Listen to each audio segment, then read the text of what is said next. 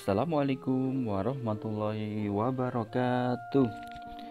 Hai anak-anak, kembali lagi ya. Kita akan belajar sejarah kebudayaan Islam. Sekarang kita sudah menginjak bab 2 ya anak-anak, yaitu Sunan Ampel. Nah, langsung saja. Sunan Ampel adalah putra dari Sunan Gresik atau Syekh Maulana Malik Ibrahim. Ibunya bernama Dewi Chandrawulan dari kerajaan Champa yang berasal dari Kamboja. Sunan Ampel sendiri diperkirakan lahir pada tahun 1420 Masehi di Champa, ya, di Kamboja. Nama asli Sunan Ampel sendiri adalah Ali Rahmatullah atau kemudian dikenal dengan nama Raden Rahmat. Adapun pemberian gelar Sunan Ampel dikarenakan beliau menyebarkan dakwah Islam di daerah Ampel Denta, Surabaya, Nana. Ayo, siapa nih yang pernah ke ziarah wali ke Sunan Ampel, Surabaya? Pasti sudah ada yang pernah ya. Sunan Ampel datang pertama kali ke Tanah Jawa pada tahun 1443 Masehi. Beliau berdakwah di Ampel Denta, Surabaya. Beliau datang ke Ampel Denta atas permintaan Prabu Kartawijaya saat itu ya Nana, karena moral rakyat Majapahit pada saat itu sangat rusak sekali dan penuh dengan perbuatan maksiat. Dan permintaan tersebut diterima dengan penuh keikhlasan dan keyakinan oleh Sunan Ampel. Sekarang perjuangan dan dakwah Sunan Ampel ya. Yang pertama, Sunan Ampel membangun masjid sebagai pusat dakwah dan ibadah.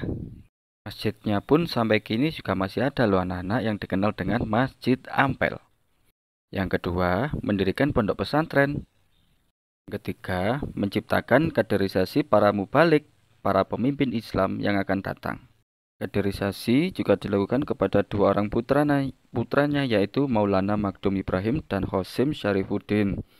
Meneruskan perjuangannya dengan menjadi wali songo anak-anak. Nama Magdum Ibrahim dikenal dengan Sunan Bonang, sementara Hosim Syarifuddin lebih dikenal dengan Sunan Derajat. Beliau berdua adalah anak dari Sunan Ampel. Dua orang muridnya juga ada yang menjadi Sunan Wali Songo, yaitu Sunan Kalijaga dan Sunan Giri. Yang keempat, media dakwanya adalah mengadaptasi kondisi masyarakat setempat. Contohnya nih ya, Sunan Ampel mengganti kata sholat menjadi sembayang. Musola diganti dengan langgar yang mirip dengan kata sanggar. Kata santri diambil dari kata sastri, yang artinya orang yang tahu buku suci agama Hindu. Jadi, agar lebih dipahami oleh masyarakat saat itu. Yang kelima, mengajarkan ajaran Mohlimo. Dalam bahasa Jawa itu ya, Mohlimo, yang artinya dalam bahasa Indonesia 5 pantangan atau 5 larangan ya. 1. Moh main. 2. Moh ngombe. 3. Moh maling. 4. Moh madat. 5. Moh madon. Artinya moh main yaitu tidak mau judi. Moh ngombe tidak mau mabuk. Moh maling tidak mau mencuri. Moh madat tidak mau menghisap candu. Dan yang terakhir, moh madon tidak mau berzina. Yang keenam, membentuk Dewan Wali Songo. Sunan Ampel memprakarsai terbentuknya Dewan Wali Songo yang tugas utamanya untuk menyelamatkan dakwah Islam di tengah kemelut politik yang terjadi pada saat masa itu. Dan yang terakhir, menggagas berdirinya Kerajaan Demak, yaitu kerajaan Islam yang pertama ada di Pulau Jawa. Dan Ampel pun mendorong muridnya Raden Fatah untuk menjadi raja pertama kerajaan Demak.